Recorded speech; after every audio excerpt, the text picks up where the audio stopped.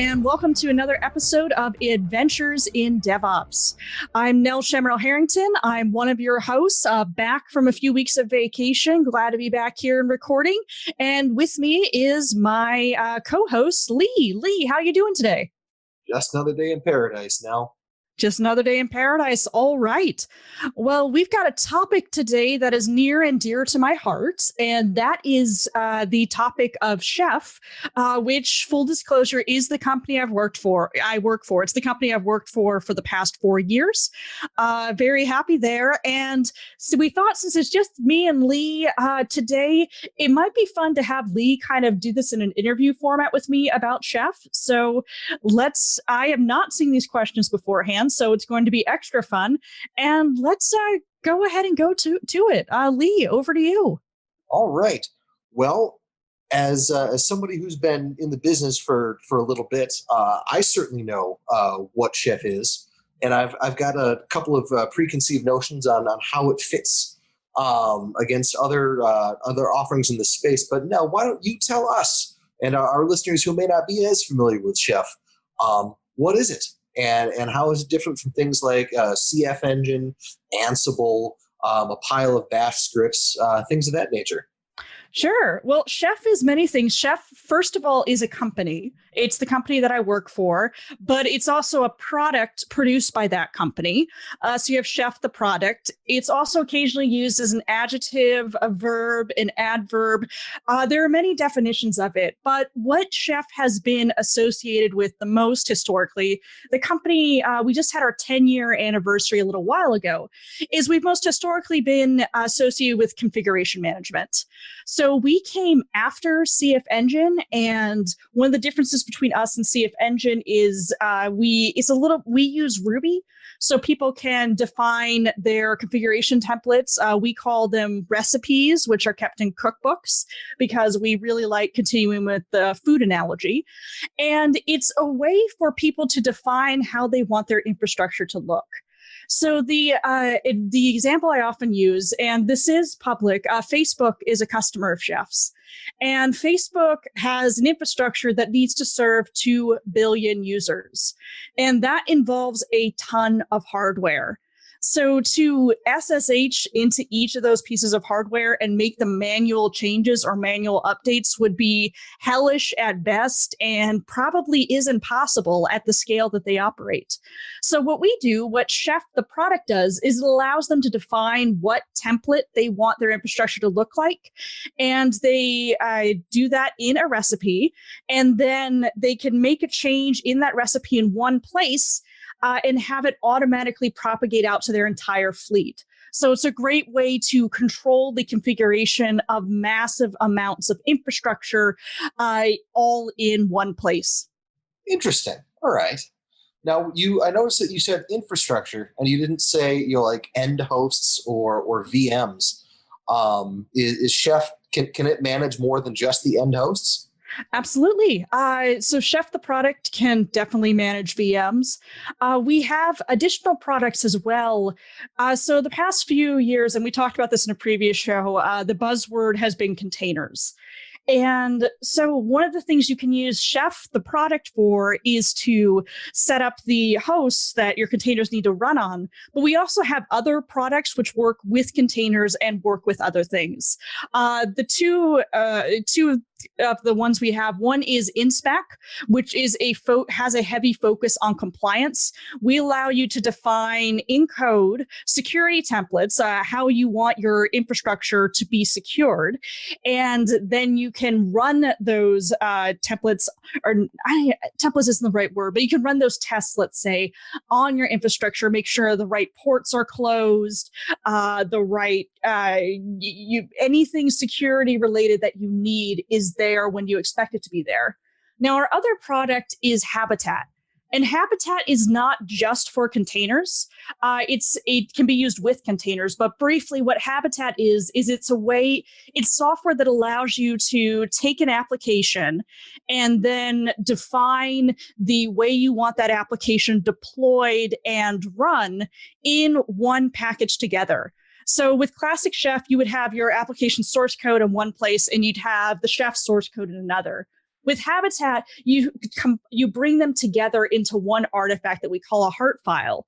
And then you can run that heart file on infrastructure, or you can export it to Docker container images, Pivotal Cloud Foundry images. Our container images work with OpenShift and Kubernetes manifests and many, many more. So the idea is that you can create your software and package it once and then export that to anything you need to run on it. So it's interesting because, I mean, we're most associated with the product of Chef. It shares the name. That makes sense. But as the industry has changed a little bit, Chef's product lineup has also changed along with the industry. Interesting. I'd never heard of Habitat before. Is it any relation to like a Ruby Omnibus installer, or does it take it a little bit further? It takes it a little bit further, though. We do have an Omnibus Ruby Omnibus installers were, I think, one of the big inspirations for it. Nice. Yeah. So just the way Adam Jacob, Chef's co-founder and former CTO, is on the board now, put it to me, was he wanted a way for software to run on shoes. I said, what do you mean you want it to run on shoes? And he said, well, you should take any application and be able to run it on any type of infrastructure without having to rewrite or modify the application. And that included smart shoes in his mind. We don't have it running on smart shoes just yet, but I think it's a good goal. So the idea is just to have this universal, completely agnostic packaging format that people can then export to wherever they want to run. Well, hopefully they've got Dragonfly BSD as a build target, because that'll certainly get you at least to toasters. That is true. We have had a lot of discussion about making ARM Linux a supported platform. It's not yet, but there is a lot of appetite for it. I believe it. So would it be safe to say, and we've talked about this a little bit in earlier episodes, but how does Chef fit into like an overarching DevOps culture? Right. And that's a good question. As we've discussed earlier, is you hear the argument, DevOps is tools versus DevOps is culture, and it's both. So the problem Chef solves, and I remember this from my career 10 years ago, is trying to keep track of all the manual configuration changes you've made to your infrastructure, which is impossible. And we broke things a lot when we tried to do that. So that is a big source of pain and frustration. And it also meant that getting new infrastructure for developers took a very long time because it had to all be hand configured. So one of the many goals of DevOps is to be able to deliver software much faster. And using the Chef to manage your infrastructure or your applications or your security compliance, whatever it is you need, allows you to run faster and allows less room for errors since everything is automated. Fair enough. So I was anticipating that we talk a little bit about pull-based versus push-based. Oh yeah. Versus just state files and using something like Kubernetes to resolve an end system state. But my understanding of Chef is that it's primarily and again, this I just heard about Habitat when you talked about it, and I think this kind of addresses it a little bit. But Chef solo aside, is pull-based configuration management. Is it needed much these days? Now that we have AMI images, we're building with Packer. Shoving everything into a container with Docker. Can regular bog standard open source Chef be used to manage objects or artifacts of that nature? It can. Right. And one thing I do always mention is Chef does run. There is still a lot of organizations, mostly banks and government agencies, that run mainframe. Chef does run on mainframes. So you're probably not going to take the software that runs on a mainframe and put it in a container, though that would be really cool. I would, if someone has done that, please do a conference talk on it or write a blog post on it. I would love to find out how you did it. So classic Chef, I just made that up. I don't know if that's actually what it's called, is focused on the infrastructure layer, and that very much that pull system. You'd have you'd have a chef server, and then you'd have several running as a central one that contains all your cookbooks, and then you'd have several the pieces of infrastructure you want to configure. So several VMs, let's say, running Chef client, and it would be pulling from Chef server to see if there's an update to the configuration on a certain amount of time. So that's where the push pull idea comes from. With Habitat, it's a little different in that there's not a central orchestrator like the Chef server or even like Kubernetes, though you can use Habitat with Kubernetes. With Habitat, the idea is that that application artifact contains all the information it needs to be able to run itself. We use what's called the Habitat supervisor to run Habitat packages. And the supervisor is running on each application or running on each piece of infrastructure that's running that package. And it is how you would apply configuration changes. So you would make a change in a configuration template, kind of like that templated idea that Kubernetes does, and then upload that to the supervisor, and the supervisor would coordinate updating all the individual pieces of infrastructure running that particular package. All right, so you feed it the manifest, and you rely on the Habitat infrastructure to pull it into being, scheduling processes, however that looks like to as it's originally specified, and just making sure that it is consistent eventually. Exactly, eventual consistency. One of the cool things Habitat does is, let's say you're running a database cluster. Most people want to run their database cluster in a leader-follower topology. So that means you have one, let's say you're using virtual machines. One VM is receiving all of the write requests, and then you have multiple follower VMs that receive all of the read requests. Let's say we're running a MySQL cluster. Now with Habitat, once you would spin up the MySQL package on each of these pieces of infrastructure, they would automatically on their own elect a leader. We have a built-in algorithm that does that. And should the leader go offline, the remaining pieces of infrastructure, because they're connected by that Habitat supervisor, would realize they don't have a leader, realize they're not fulfilling their contract to have a leader, and they would automatically elect a new one. All right. So it's kind of like how if you were running an etcd cluster or a Zookeeper cluster, I know Zookeeper touts like we have the best application of this particular algorithm, which is a little bit too technical for me. Right. But it sounds like it has a similar algorithm behind it to where it tries to not have a split brain instance where there's two masters trying to write to the common data store at once. Right, exactly. And I mean, one scenario is if let's say you have a network split and you have the leader and some of the followers go on one side of the network split. You have the rest of the followers on the other side of that network split.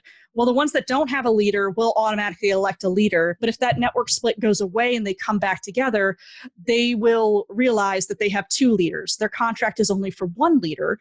So one of the leaders will be demoted. Nice. Yeah, it's pretty nifty. But if there were rights to that host in the meantime that was demoted, how does it handle that? That is a good question, and that's something I will need to get back to you on. Okay. So it sounds like the big benefits to the line working SRE / DevOps engineer / sysadmin, old school words. Mm-hmm. That's it's pretty obvious how it makes their lives easier. But what would you say like the big benefit to say a manager of SREs or even to a manager of managers or even the business as a whole? Do you mean of Habitat or of Chef in general? Of Chef in general. Right. The analogy I like to use is I had my previous IT jobs before I came to Chef, and Chef obviously uses our products internally, is I would always, on my nights and weekends, I would always have this cloud of doom and gloom over my head, dreading what I was going to find on Monday morning, what was going to break, what will someone make a manual change to, not realizing they shouldn't make that manual change. What will I find out? I don't have that working at Chef, knowing that we're using these automated systems. I have confidence that my environments will be consistent. And when you have consistent environments, that means you can move much faster. For a manager, I would say you'll be able to get code changes shipped much faster. You'll be able to get new applications up and running much faster. And it allows you to move at the speed that this industry moves almost, which is near light speed, I would say. Nice. So they can trust that their infrastructure was in the same state that they left it on Friday afternoon. Correct. And have there ever been instances where that's broken anyway? Yes. I mean, there was one story I heard about a data center catching on fire. We can't help you much with that, unfortunately, on a software level. But it just, one of the things I hear a lot in DevOps transformation stories, whether with Chef or with other, something else, is everyone's heart rate is much lower. It's that, they know the environment's going to be in the state that they left it in. And if something does break, they know where they need to start to fix it at least. Fair enough. Yeah, I have definitely worked with other configuration management systems that will not be named that have a more manual push-based model. Right. And having the infrastructure change over the weekend by somebody else and not being able to trust the consistency is definitely why I personally prefer pull models like Chef and yet even other configuration management systems.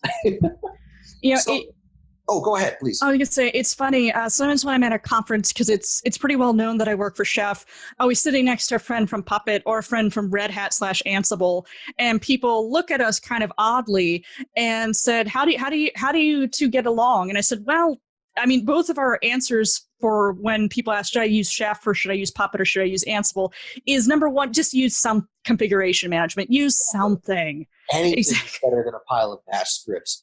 Anything's better than a pile of bash scripts or someone having to keep the entire configuration in their head.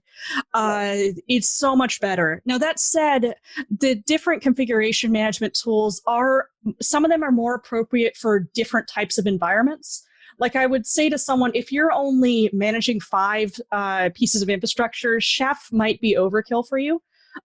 Something like Ansible might work a little better. And then there's also instances where Puppet might work a little better. So, I mean, the big drive of DevOps is to use something at least that keeps your environments consistent. And as for which specific tool you should use, it depends on your individual needs and your business's individual needs.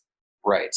I'm glad you brought up how when you're running 3 to 5 hosts, a different tool might be a better fit.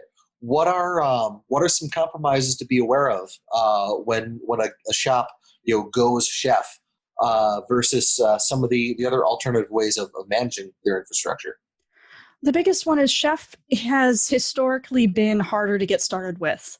Yeah. Now, this has gotten better. We've got a lot of great resources on our Learn Chef site, which helps teach people how to use Chef, how to use Inspect, how to use Habitat, how to use all of our stuff. But know that there is a bigger learning curve than some other projects. So that's the reason, one of the reasons if someone wants to just, manage less than 10 servers, you might not need to go through all you need to go through to learn Chef in order to do that. Now, that said, if you've got a fleet of 100,000 servers, then yes, going through the process of learning Chef, learning how to use it, learning how to adapt it for your specific needs, that is something someone would get a lot of value out of. I believe it. Yes. If you could wave a magic wand and change one thing about Chef the product, what would that be? Oh, that's a good question. I'd make it easier to upgrade. This is something that, and I think we talked a little bit in the pre-show how you once were part of an upgrade. What was it, from Chef 10 to Chef 11? Yes. Right. It's getting better, but it's still not easy to upgrade Chef servers or any Chef versions. That is something, if I could wave a magic wand, I would make much easier. Nice. All right. So while I was frantically researching this list of questions, I stumbled across the Chef Wikipedia page, and it apparently you folks went to an Apache 2.0 open source license in this this past April. Any thoughts on what led to that decision? That is what I was working on for 6 months about. So there were two aspects to this decision. One was we used to run some Chef projects as open source and some as closed source. The problem so the open source ones would be under Apache 2.0 and the closed source ones would be under other things. And the other part was we did not charge for the open source products, but we did charge for the closed source ones. So this is known as the open core model. And for some organizations, open core works very well. But the problem we found was that really incentivized us to put more resources on the closed source products rather than the open source products, because that is where we were making our money. And Chef is a business, to be frank. And that meant the open source projects were suffering. So what we did this past April, what we announced at least, we started the process many months beforehand, was all of our major products are now open source. The code is open source under Apache 2.0. Anything that was Apache 2.0 has remained Apache 2.0. Anything that we open source that wasn't open source before was under Apache 2.0. So the code is Apache 2.0, as I've just said multiple times. However, the code only gets you so far. As I'm sure all of us listening know, you need to build the code. You need to compile it. You need to do whatever is necessary to take that code and make it something that you can actually execute on a system. So what we did is we give people are welcome to take our code, remove the trademarks, and compile it themselves and run it themselves. That's absolutely fine.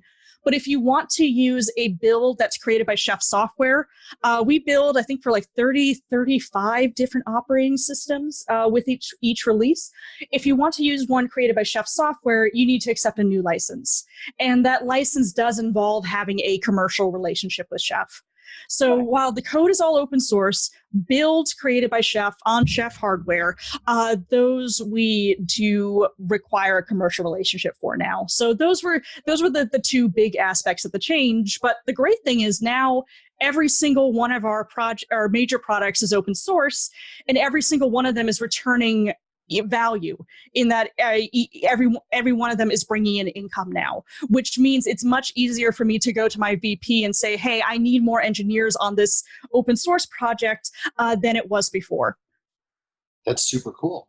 Are any of the code bases, like what would you say are the more popular ones for community contributions? I'd say the most popular ones for community contributions are what we classify as content. So with Chef, I mentioned there's collections of Chef recipes called cookbooks.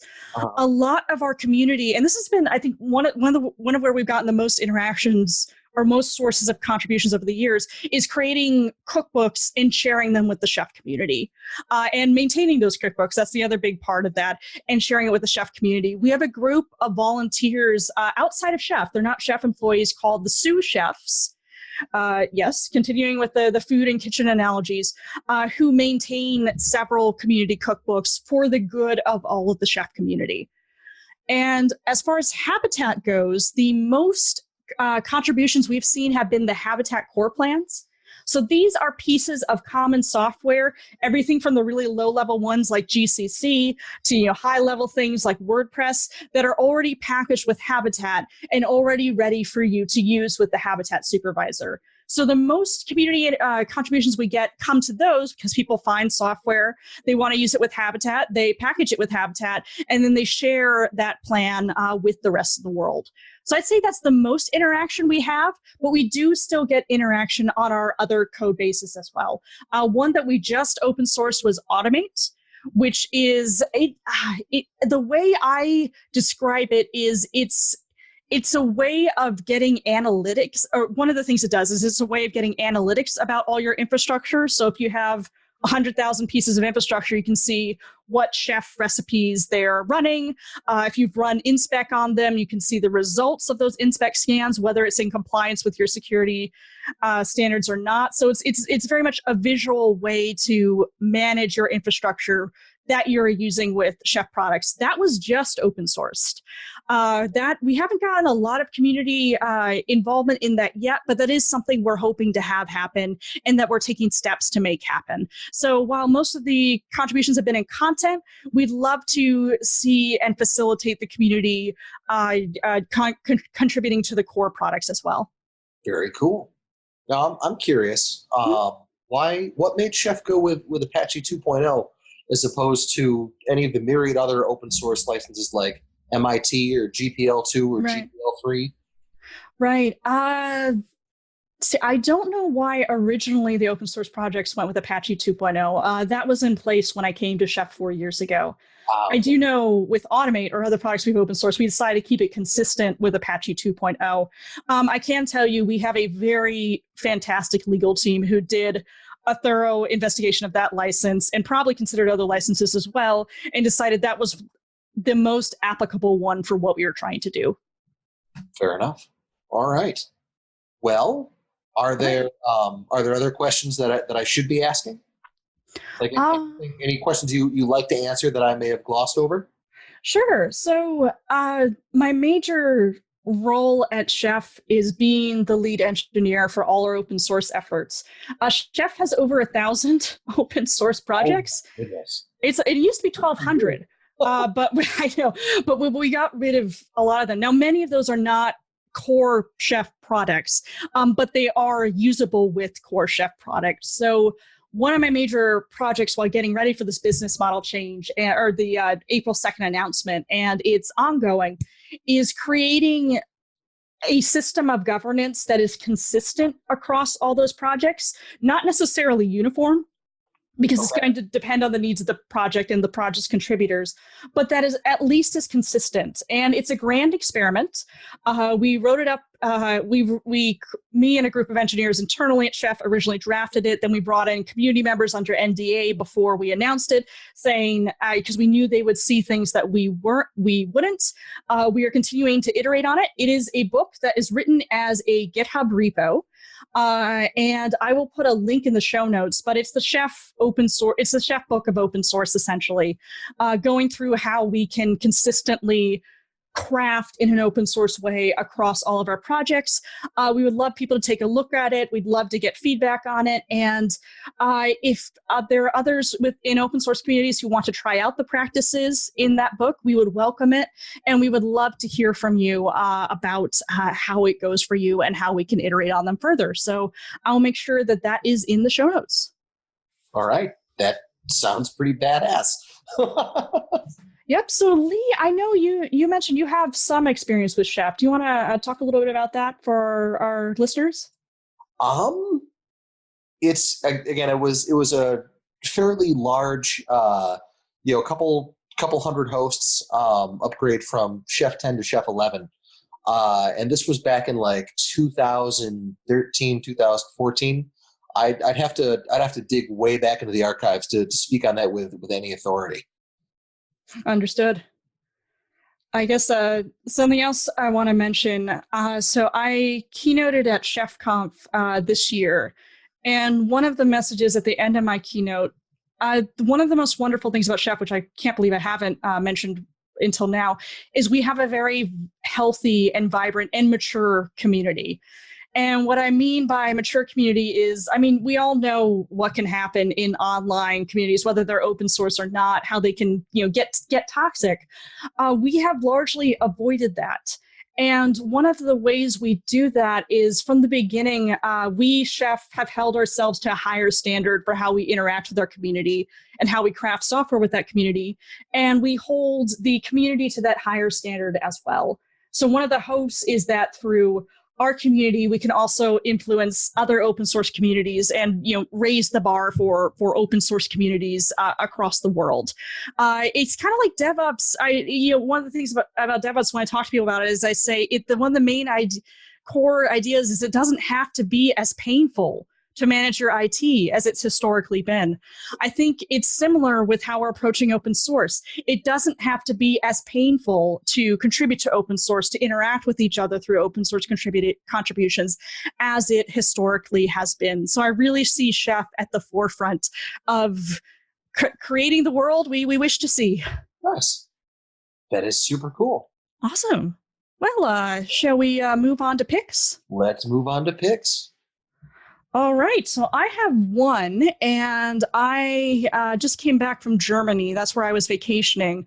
And on the way back, I wanted a game to play on my Nintendo Switch, and I picked up Mario and the Battle for the Rabbid Kingdom. I'm probably not quite getting the title right, but I loved it because it's a strategy-based game. It reminds me a lot of one of my favorite all-time favorite games, which is XCOM, where you have to make certain strategic movements. It's kind of like playing chess, but with very cute cartoony characters and with ever-changing dynamics. So I highly recommend that if you are on the Nintendo Switch. Nice. I have a Nintendo Switch, and I have a 10-hour plane ride to Europe myself later this summer. I will definitely pick up a copy. Awesome. All right, my pick this week is something I've been looking forward to digging into all morning. Actually, this is Elon Musk's Neuralink. Oh yeah. They just had a huge live stream event last night, and unfortunately, I have just been going straight out this entire morning. I haven't even had time to read the press release, but it's the big print giveth and the small print taketh away, and the big print is extremely compelling, and I'm very curious to see what the small print is. So my pick this week is the Neuralink live stream, and possibly the Bloomberg article that really from the summary reads like a Neuralink advertisement. So I can't really speak to how unbiased that is, but I hopefully in another couple hours when I'm done with my day, I'll be able to dig in and hopefully it delivers. Awesome. Sweet. Well, I look forward to I'm going to be digging in myself, and I look forward to discussing it with you in the future. Sounds like a plan. And maybe next time we can get Scott to show up. Exactly. Yeah, it was just the two of us this week, but hopefully we'll get Scott next week too. Well, thank you all of our listeners for joining us, and we will talk to you next week. Take care, everyone. Have a good week. Bandwidth for this segment is provided by CacheFly, the world's fastest CDN. Deliver your content fast with CacheFly. Visit CacheFly.com to learn more.